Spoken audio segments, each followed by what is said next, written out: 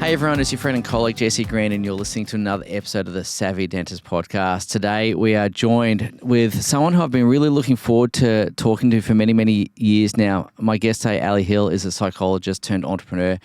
And it's a really interesting story because Ali, not only through her clinical work, has helped many people through the challenges of their lives, but she's also got a fast-growing company. So fast, in fact, that it's been listed in the AFR Fast 100 companies, not once, not twice, but 3 times. She's the author of 3 books, or the author and co-author of 3 books. She's the host of a podcast called Standout Life with well over 150, 160 episodes. And she's worked with many large companies, including Virgin, PepsiCo. So, Ali, it is wonderful to have you here today. Thank you so much for hanging out with us. It's wonderful to be talking. Jesse, it's great to connect with you and a real honour to be invited to dive into this conversation. Oh, well, thank you so much. Ali, I'm always interested in psychology because I think business and psychology are really good cousins in a sense, and the psychology of business ownership is something that I know you would have thought about at length through the work you do with clients, but also on your own journey. And I've seen through your media and other paraphernalia that you describe yourself as a head mechanic. And I wanted to actually ask a little bit about what that is, because as dentists, we sometimes describe ourselves as teeth mechanics. So I wanted to kind of talk from one mechanic to another. What's a head mechanic do? It actually, I was gifted that term from a really good friend of mine who is very, very practical, but he couldn't get his head around what I do. Yeah. And it was one day where he turned around and he went, "So you're just a head mechanic, aren't you?" And I went, "Actually, that's pretty true." And when you think about it, and the same with kind of teeth mechanic, it's people come in for services, checkups, tune-ins, and then sometimes it needs to go a little bit deeper. So that sense of how do we maintain this vehicle that's our thinking, our brain, our bodies, in order to keep turning up. I quite liked that analogy. Yeah, it's a really good one, and I think it does speak to the service of people. I wanted to ask you a little bit about your work in clinical psychology, because I think there's probably some parallels. And in dentistry, having seen so many patients after a period of time, you start to be able to recognize patterns. And so some of the diagnoses that we might make, it's hard to explain exactly why we've come to that diagnosis. You might have the clinical tests in front of you, the x-rays, the whatever else, but you've just seen these patterns so many times, you kind of know how the story goes. And I wanted to ask you a little bit, A, if that's the same in psychology, and B, what are the patterns that you see coming up again and again in the psychology of business owners? If I take a step back, while psychology is my profession, I think you're right. For a lot of us, we're really fascinated by human nature. Yeah. Why people do what they do. We're curious and sometimes frustrated to really understand what's going on. Why has someone left the dirty cup in the sink yet again? So for all of us, there's a deep fascination around it. And across the course of my career, I've had the real value of working in a whole range of different settings. So worked in vocational rehab, supporting people with disabilities and injuries returning back to work. So I got to work with workplaces as well as, case working with individuals, going through what is often a really seismic transition of what I couldn't do before and now trying to figure that out. I've worked in those clinical settings, working in one-on-one with people with depression, anxiety, personality disorders, running group programs around postnatal depression, but probably more in the last 15, nearly 2 decades, working with leaders and organisations navigating through change. When it comes to the psychology of business owners, understanding the psychology, I think it really takes a unique person that says, I'm going to develop and run a business. This is something that I want to build. And often business is a full contact sport. As you said before, business owners are all in. Who you are is so tied to the brand, to the business. So any critique, anything that doesn't quite work, it feels really personal. So I think the patterns I've seen in business owners and business owners that sustain over a period of time, which is no doubt a lot of your listeners, that ride through the changes in and the impacts of economics, the changes in the way that our clients might interact, what they expect, those sorts of things.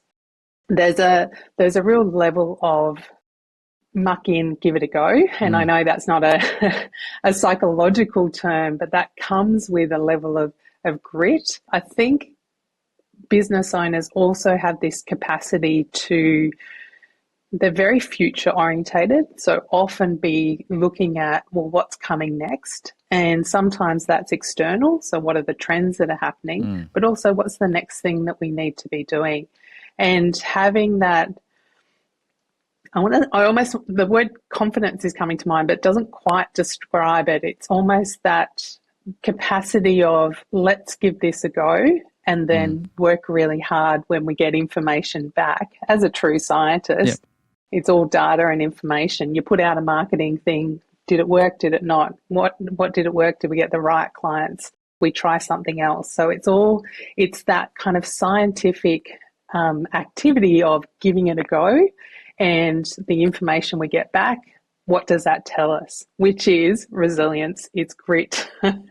It's the ability to be able to, at times, step ourselves out of the challenges in order to stay in the game of business.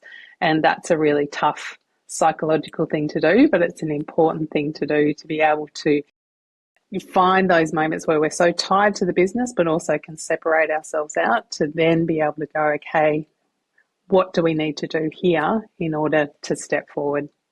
Ali, there's a lot in there that I'd like to unpack with you. And I know you're a podcaster yourself, so you've given me the most generous gift, which is multiple threads to approach the conversation. So thank you for that.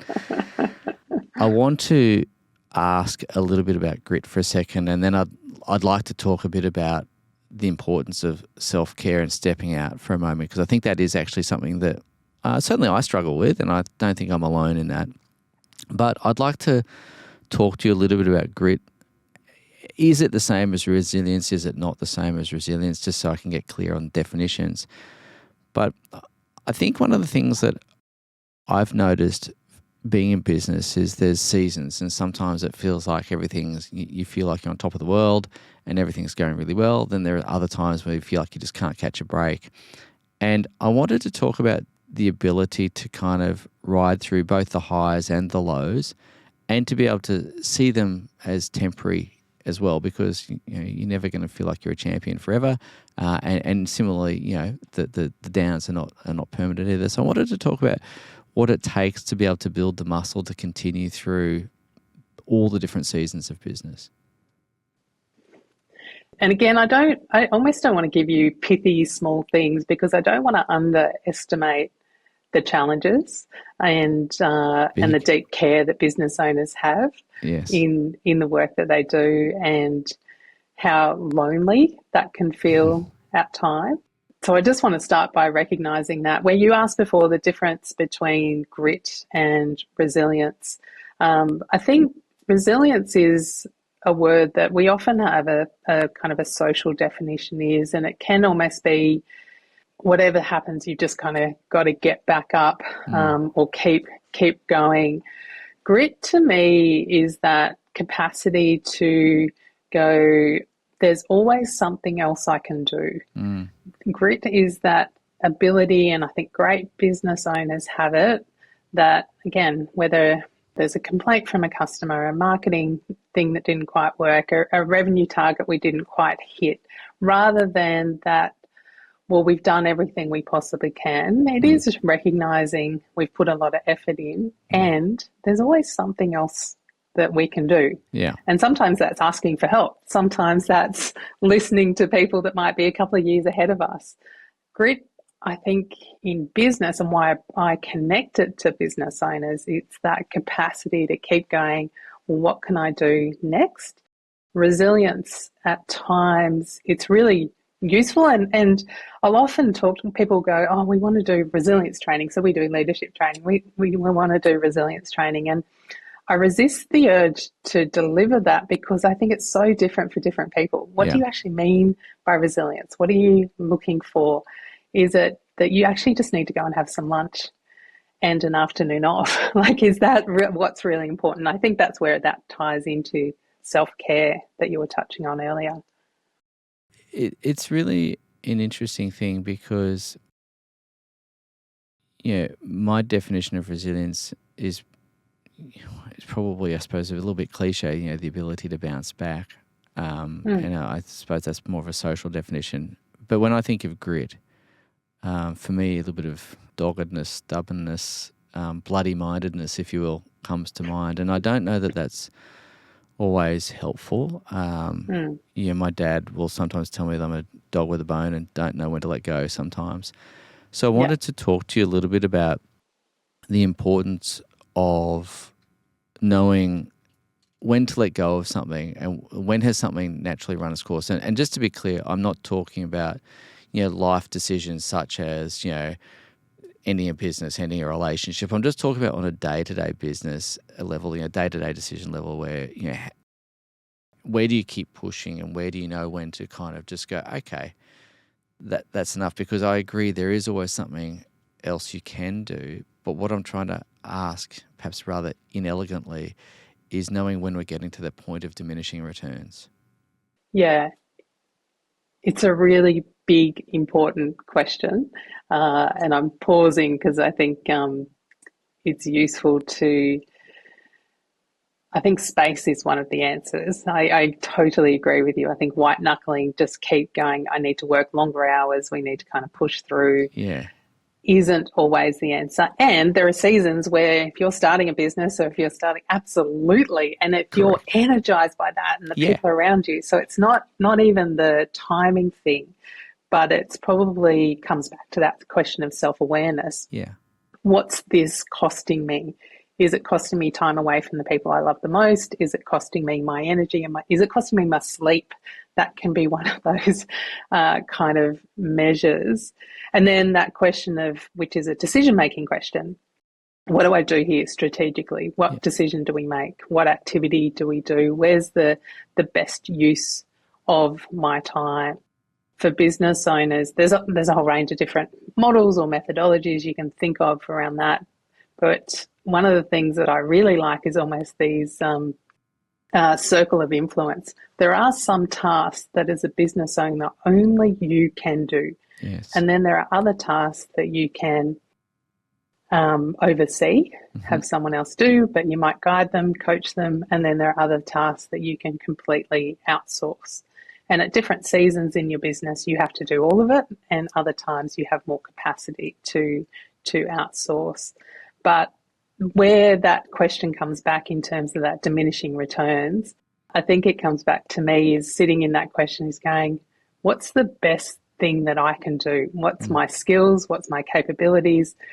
Where can I get the best leverage, bang for my buck, for my time, my energy, my focus, my decision making? And that can be a helpful tack to kind of go down. I also think having trusted advisors around you, they don't necessarily have to be other business owners, but people who will tell you what you need to hear, not what you want to hear, is so important. Yeah. They're the ones that go, hey, if you had this business, you had this decision, what should I do? And they are so invaluable. Sometimes they're the ones going, hey, you've given it a go. You've given it everything you needed to. And for a whole range of different reasons, it might be the economy at the moment. It might be just where we're at. It might be a whole bunch of other reasons. Put your focus somewhere else. And that can be really useful. And then other times there are people who go, you just need to keep pushing, keep backing yourself, keep having a crack. So I think having some space, and that space can sometimes come through really trusted colleagues or peers. Yeah, no, I think that's really, really valuable. And again, for those people listening, I think what Ali's sharing is absolutely, it's really practical. And I'm trying not to use the word pragmatic thinking because it feels like I'm just reciting your business. There's a reason that's the name of our business. Yeah, but it is really practical and pragmatic. And I think that's the whole point, because all of us will get to that decision point one day. Like, do I keep pushing here or do I just choose to focus in another area? I wanted to segue from that, and I will eventually get to the self-care part, but I wanted to talk a little bit about obligation in there, because for me, again, an extension of what keeps people pushing perhaps beyond what is a sensible thing to do is this sense of I should do this, so I ought to do that. And so I wanted to talk a little bit about obligation, and obligation obviously comes in lots of different flavours. There's the obligations that we have at work to our patients, to our team, to the business itself. But we also have obligations outside of work, whether it be family and other things. And I wanted to talk about how to best deal with obligations. Some of those obligations we take on really willingly, and others we sometimes feel the weight of. And I wondered if you could just walk us through some thoughts around both kinds of those obligations. As a psychologist, it won't surprise you that my answer comes back to take some time to investigate what's driving those obligations. What are the things that are driving that? So there are two parts. I want to answer this in two parts. Sure. The very first one, and this I often talk to leaders and also business owners around this. A fellow called Michael Grinder. So this isn't our work at all, but Michael Grinder, he's probably the leading expert on nonverbal communication based in the US, does a lot of work in education fields, but works with executives and leaders. And he talks about that anyone in a leadership role or anyone owning a business has both their person and their position. So who they are as an individual and their position that they have to bring to work. So there are two things. And if you only ever operate through your position, I'm a business owner, so therefore this is what I'm obligated to do. We often don't then have, people don't feel a sense of rapport, don't feel like I know who you are. But if all we ever do is operate as our person, then we may not be making the right calls for the position that we hold. So some of those obligations are because we have a position. And if we are a business owner, then we are obliged to pay rent, pay taxes, pay people. So there are obligations that come with the position. And even if I don't, it feels like it might pull me or it's not something that lights me up. If my position requires it, and that's the position that I'm currently holding, you can change that position, but whilst you own that position, there are obligations that come with that. So that's the first part. Mm-hmm. The second part is, and probably where I asked that question of where do the obligations come from, there are all sorts of things that drive our sense of feeling like we should do things. And things like people pleasing, things we've been taught growing up, what we've been taught about what's important, about how we should behave, what we should do. Sometimes that can drive a sense of obligations, but they've come from social programming, they've come from other areas of expectation. So that's where it can be useful to go, and these obligations, is it something that I am passionate about? Am I lit up by it? Or is it something I feel like I should be doing, or that I'm kind of programmed that I should be saying yes to this? Whereas it's really important to tune into that and kind of go, do I need to? What's the most important thing here? So I think there are obligations that come with the position, and what are the ones that actually maybe I'm carrying forward from something that isn't serving me, and I can get really clear on what's the most important things right now, and the things that I want to focus on, particularly for 2026, for the year that's ahead of us. What are the things that are most important right now? Because they can and do change. Yeah, I 100% agree with that. I guess one of the things that kind of leads me to that question is, you're quite right, there are certain obligations as a business owner that you have as the position: pay your people, pay your rent, all those sorts of things. And they're almost like statutory obligations. And I don't think any business owner would quibble with those sorts of things. They might grizzle when the tax bill comes in. But, by and large, you kind of know that's part of the deal. I guess the obligations I'm really referring to are the emotional obligations. And as you say, you've probably got to think about where they're coming from and why they're coming through. I was talking to a client of ours recently, and they had some family obligations, which not so much in their immediate family, but just extended family. But it was weighing him down. And And I guess the reason I'm asking this question, I'm perhaps labouring this point, is because sometimes I think those obligations can bleed into the workplace, and they can impact how you show up as a leader, how much you have left in the tank to be able to give to the people at work, your patients, and so on and so forth. And the reason I'm curious about this is because how do you figure out and then potentially shift or release yourself from those obligations should they not be serving you? And how do you kind of maintain kind of relationships a bit like a system? If you change something over here, there's possibly a knock-on effect over there. And I'm just curious to understand those dynamics and thinking about, I've got this particular person in mind. How do you release yourself from obligation that's perhaps unwanted and doesn't serve, but you know there's going to be a knock-on effect down the road? I think it's long gone are the days where work is work and home is home and never Yeah, the two meet. yeah, And that is even more of an overlap for business owners. mm, So it's being kind to yourself that those two actually do have an impact on yeah, each other. yeah, And it's just recognizing that that's okay. I remember talking to my mother-in-law, and she's like, "No, I don't talk about home stuff at work. That just is not who I am." Like, we all know if you've had a touchy morning with your teenager, it flows into how you of turn up course it at work, does. and then Yeah, vice versa. What happens at work, we take home, and sometimes that's immediate family, but as you say, extended family or friends, those sorts of things as well definitely come into play. In terms of how do you do that, I think I would start with the why is it important first. mm, So what's coming back to having a really strong sense of purpose. And purpose, as I said before, doesn't have to be like it's also timely. So what's my obligation for this year, mm, for what's going on in my life?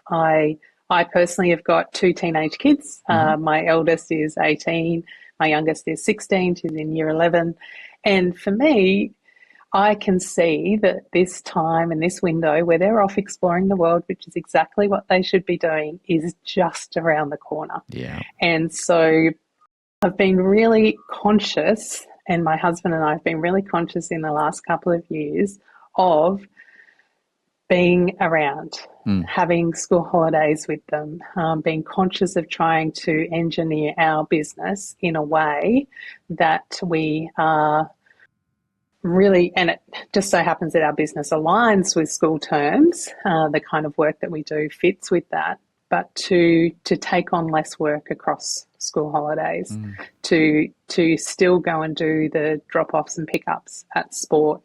Those everyday ordinary moments have extra meaning because we've sat and thought mm, about those. So that sense of why, when I say kind of purpose and purpose for now, I don't mean that to be more kind of a flippant, but what's important to you? What's mm, important to you right now helps to then drive those things that I say yes to and the things that I say no to. mm, So that's why I say why before the how, mm-hmm, because that helps to give you a gravitas, and also to anytime we set, essentially it's a boundary, right? We mm, set a boundary to kind of go, no, I'm going to be home, or I want to be available around for my kids.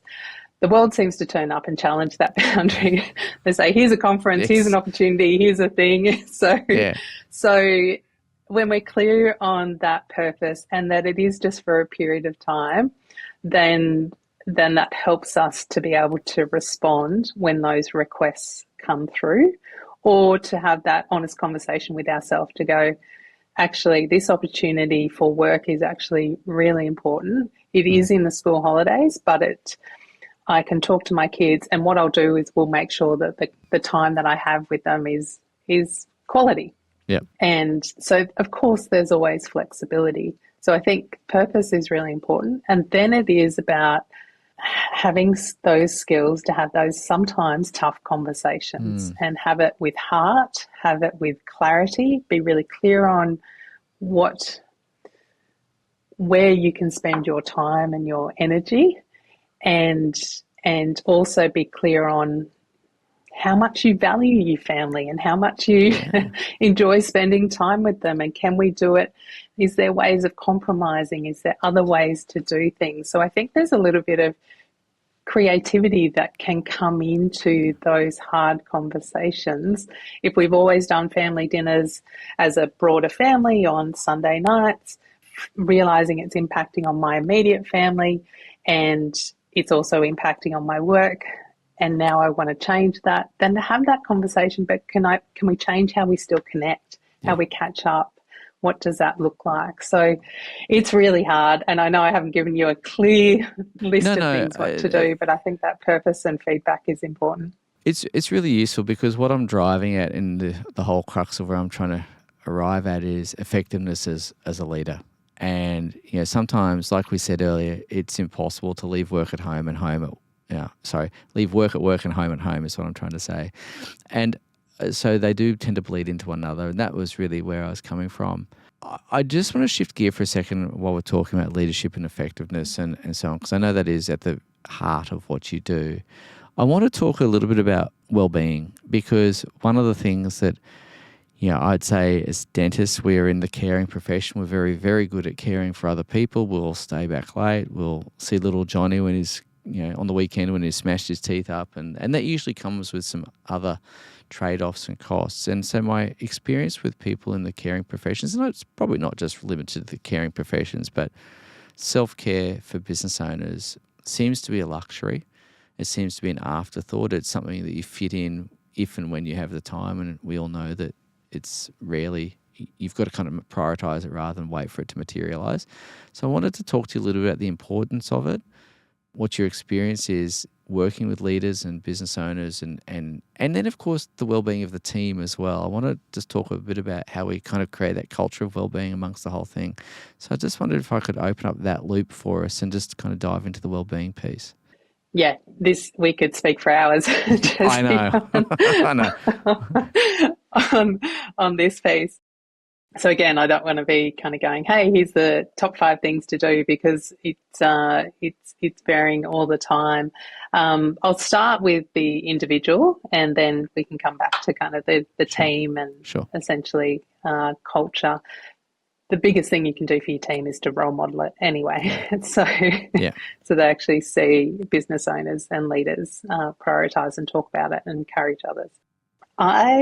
A number of years ago, I really sat in this kind of tension in the conversations I was having and in the research that I was doing around well-being, and really this sense of burnout is a reality for business owners. We are so passionate, lit up by the work that we do. We've got the resilience, we've got the grit, we can put in the hours and keep pushing, and it's a reality. And often the tools that we have to manage that move towards numbing rather than well-being. Yes. It's scrolling, it's watching TV, it's eating the wrong things at the wrong times, maybe that extra glass of wine, all of those sorts of things that and they're not off the table, but is that actually helping to restore energy is the really useful question to kind of pause and go, what would be most useful for me? So a couple of years ago, I was looking at this, and pretty much everywhere I was turning, it seemed to be that the only solution was to have some time off, to step away. And I just felt, as a business owner myself, but then also in the area of psychology, like there are people who are doing this and they seem to be navigating it okay. There's always areas in our kind of well-being that we might prioritize for a certain season, but they're actually doing it really well. And what I noticed and what I ended up arriving at, and it's the basis of my book that I published called Stand Out, was really looking at these 2 drivers of change. The very first one being purpose, and we've already touched on that a little bit, but even just in the moment asking myself, what's important? Why am I doing this? What really matters? And then the second driver of change is progress. And we actually need to have a combination of both. So when I looked at it and think about it as a matrix model, if we're making a huge amount of progress but we're not connected to the purpose, that's often a bit of a recipe for burnout, because or we've lost sight of that purpose, or it just is we're overcome with the sheer volume of our to-do list, and we haven't sort of paused and kind of come back to, why did I even get into this in the first place? What's it serving for me, my family, for our clients that we're caring for, as you say, as well. So in those moments, coming back to, well, what are my values? What's important to me? What really kind of matters? And then when it comes to investing into those tasks, everyone knows what to do to feel better in terms of our fitness. Yeah. We know we should be eating more. We know we should be moving more. We should be prioritising sleep. So none of that is new knowledge, but it's not the first things that we go to. I personally, and I've seen it in conversations with leaders and business owners, I come back to going minimum viable activity. What's the small little thing that you can do? And finding ways to reset even in a busy day can be really important. So rather than going, I'll do it after work, I'll do it before work, so I'll get up at 3:30 or 4 a.m. and do it then and then go into work, or I'll do it on weekends. What might be the little thing that you could do if all you had was 90 seconds between one phone call and the next? If all you had was 2 minutes, what could you do? Physiologically, we know that breathing is so powerful. So 3 deep breaths to just pause and center yourself physiologically is one of the quickest ways for us to get back from that kind of frantic into a calm state. And you can do that in 30 seconds. Yep. But it's the reminder, and it's like a muscle, you got to practice it to have that as a tool to come back to. If all you had was 2 minutes, that capacity to be able to even look our eyes up and see a horizon, to be able to see green trees, all of that we know has an impact on our level of perspective, being able to see the same situation we're in from a different perspective just by moving and shifting our focus physiologically. Going for a quick walk outside if you can. When I say quick walk, it doesn't have to be quick, I mean time-wise, rather than fast. Yes. But walk around the block, quick connecting with a colleague, a text message to a friend to say, hope your day's going well. Those small moments can really help to reset in amongst the busyness. And then from a wellbeing and there's lots and lots of research, which I think is fantastic, around longevity, around what we can do, and all of it feels like extra work when you're overloaded and there's more things that I have to do. So I'm really hesitant to say, go and do cold plunges, because it can be extra stress. The foundation is sleep, so prioritising sleep hygiene is probably one of the quickest tools that we can use to actually help. I think it's Andrew Huberman who talks about, if you don't know what you need, then maybe it's a good night's sleep. So if nothing else, you were to go to sleep, go to bed just half an hour earlier, put your phone away just 15 minutes before you're currently doing it right now, that can start to make some changes and make some difference. And then there's some amazing research that's coming out about relationships.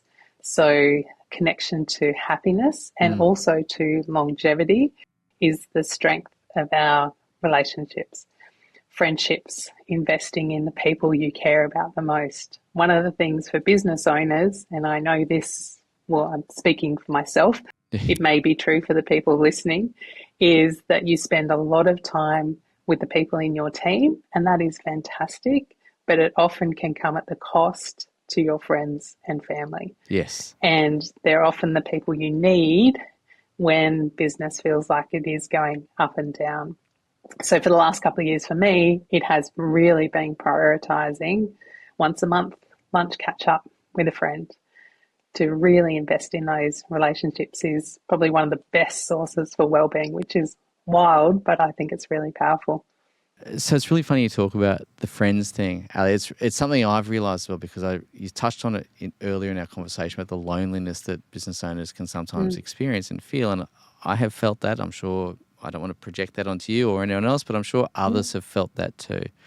And it's this is going to sound so naff when I say it out loud. I'm almost embarrassed to say it out loud. I have a spreadsheet. I spreadsheet my friends and who I need to contact, and so I'm trying very hard to be methodical about it, because I just know that if I don't put a system in place, it'll be months before I reach out to anyone. So for my friends who may be tuning into this, I'm just going to apologise up front for how wanky that sounds. But at the same time, I just know myself that I get carried away with things, and if I don't have some system, I'll not do it. So anyway, I just thought I'd share my inner I wisdom. actually love that, Jesse. So thank you for sharing, because it's a system, right? So what that does is help when we are pulled in a million different directions every day, and we're spending our time putting out fires.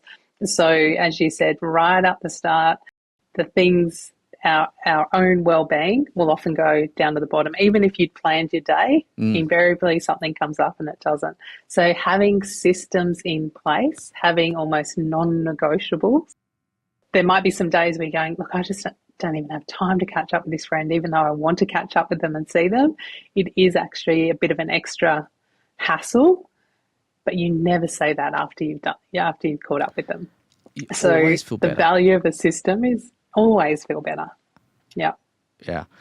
Yeah, so ladies and gents, you've just heard it first. Jesse, the Excel spreadsheet nerd, who probably doesn't have that many friends now to add to their list after confessing to that. But anyway, it's okay. I wanted to also ask you about change. I'm mindful that we are living through a period of immense change, and every second thing I see these days is to do with artificial intelligence. I'm sure your feed is full of that stuff as well. And it can feel a little bit like we're constantly chasing our tail, and it can feel like we're perpetually behind or we're never up to date.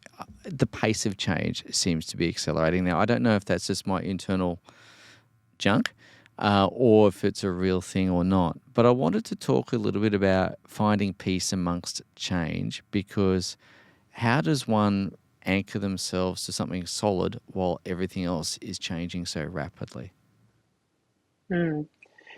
It's everywhere, isn't it? It's in every feed. It's in, Yes, it is. and again, as business owners, we feel like we've got to be on top of it. We get marketed to that we need to be on top of it. We get sold the latest software, Yep. And you'll be behind. Our competitors are on it, so therefore we need to be. And we want to be in front of trends. So it's really constant. The book recommendation I would give is Oliver Burkeman's 4,000 Weeks, if anyone has ever read that or come across that. I don't know whether you have, Jesse, but No, I have not. speaks, I'm writing it down. I think the tagline is time management for mortals, and the book recommendation comes with a warning. You will read parts of it and you'll think, I'm going to sell everything, I'm going to live in a tent. That will be a better way. And then you turn over the page and he pretty much writes, whatever you do, don't sell everything and live in a tent. But I think one of the values that the book, and certainly if I look at other areas from a psychological point of view, is the value of perspective. So 4,000 weeks is how long we would live if we lived to 80, which is kind of our average lifespan. So that capacity to kind of look at change and the velocity of change right now is at a speed that we've not seen before. And that ability to be able to start to think about history, to see things in perspective, even from a practical point of view. I work with leaders and talk to them about, and you might have heard of this as well, 10 by 10 by 10. So if you are feeling in that overwhelm of change and what I should be focusing on, should I be pivoting my business, should I be doing this, then that 10 by 10 by 10 can be applied to any time frame. What's going to be important in 10 minutes time, 10 hours time, 10 days time? It might be 10 days, 10 weeks, 10 months. It might be 10 months, 10 weeks, 10 months, 10 years. So that 10 by 10 by 10 perspective helps us to zoom out.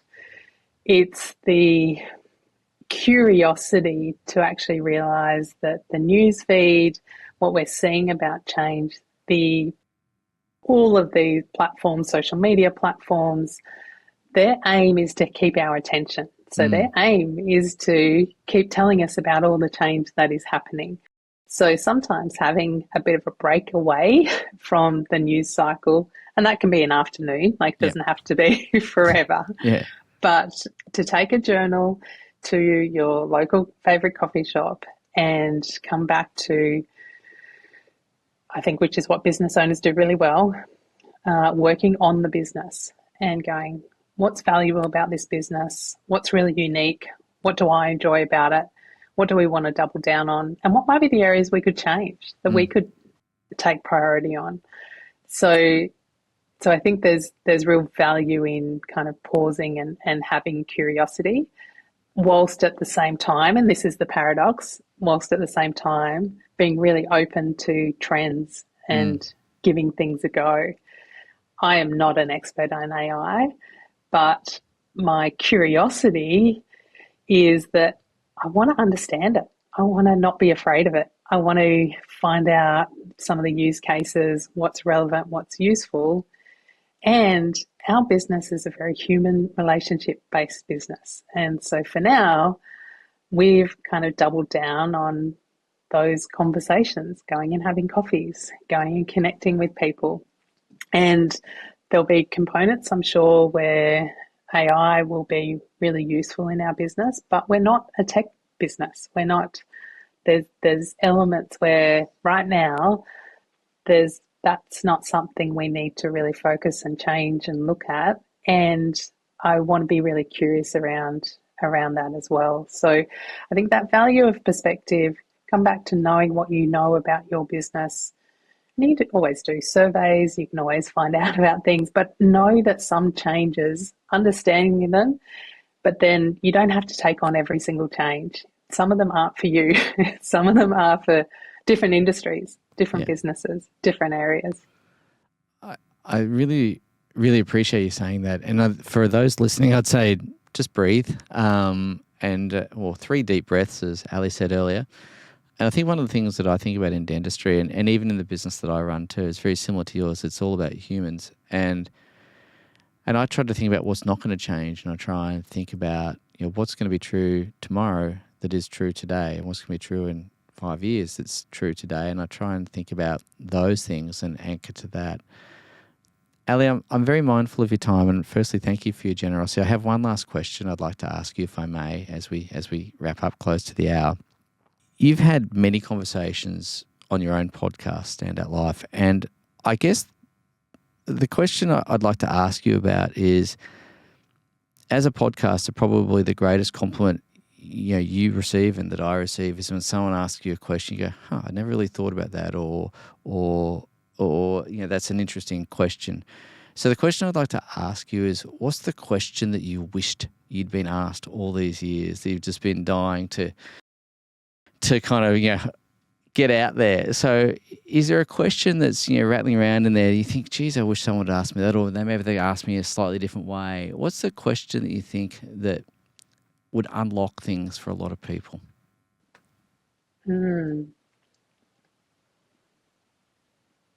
I mean, that's a great question. It's very meta, isn't it? It's very meta. It's very circular, very meta. I'm sorry that was a question without notice, but it's something that's on my mind. Like, because you've got this reservoir of knowledge, and we have a finite amount of time to explore that. And I'm just curious, what do you think is the most pressing thing that people need to think about? Maybe that's a better way of asking it. I love questions, and I'm a little bit stumped because I'm so used to being the one that asks. So I'm like, it's given me lovely empathy to be on the other side of that experience as well. And maybe there's something in that.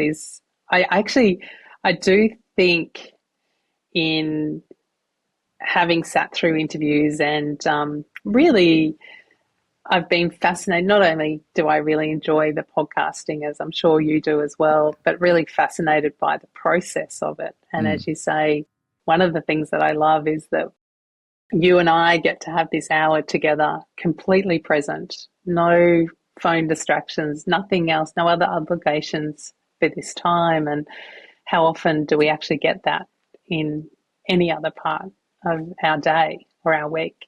So as a platform, I really like that capacity of really sitting in questions, being able to dance with the kind of curiosity. And like you, I love it when I ask a question and someone goes, or at the end of the interview, and someone says, I feel like I've learned more about myself because of this conversation. And there's something really valuable around that. I'm avoiding the question. That's okay. But I lobbed it on you with no notice, so that's okay. I know. One of the things I have learned is that I'm learning myself is to allow time to sit in big questions. There are some great big questions to ask. What is, like, I come back to that kind of purpose and progress at times. So, what's important to me right now? What's the next thing that I could do? Sometimes are just really powerful questions. And I talk to leaders around those all the time, just in the moment. If you are overwhelmed, what matters right now and what's the next thing that I can do? And so those two questions can be really minute, but they can be huge. Esoteric. They can be really big, to allow that and just allow yourself the permission to sit in those questions and not rush to an answer. I think that's really valuable.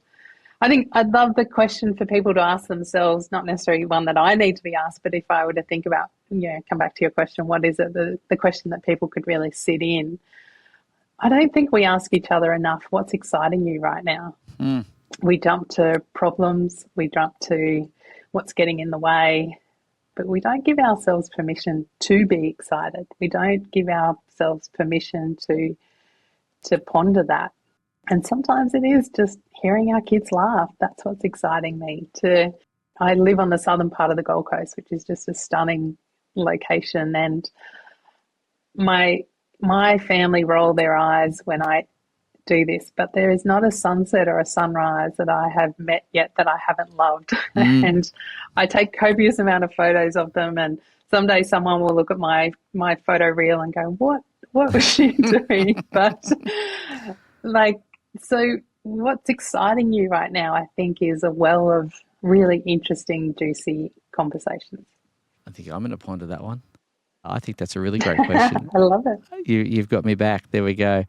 Ali, I want to say thank you so much for your generosity, not just in sharing your time, but sharing your thoughts, sharing your experiences, and of course your wisdom as well. I've really enjoyed having the opportunity to hang out with you, and I know our audience will have enjoyed the opportunity to listen to you and hang out with you as well. So from all of us here at Savvy Dentist, thank you so much for taking the time to be with us, and keep on thinking. I love the work, and I hope we get to connect again soon. Thanks, Jesse. I've really enjoyed our conversation. Thank you so much. Hey everyone, it's Jesse here. I hope you enjoyed that episode of the podcast. If you're looking for some more tools, some more insights, some more inspiration to help you create a practice that you love, as well as a life that you love, well, head across to savvydentist.com and check out all the goodies that we have there waiting for you right now.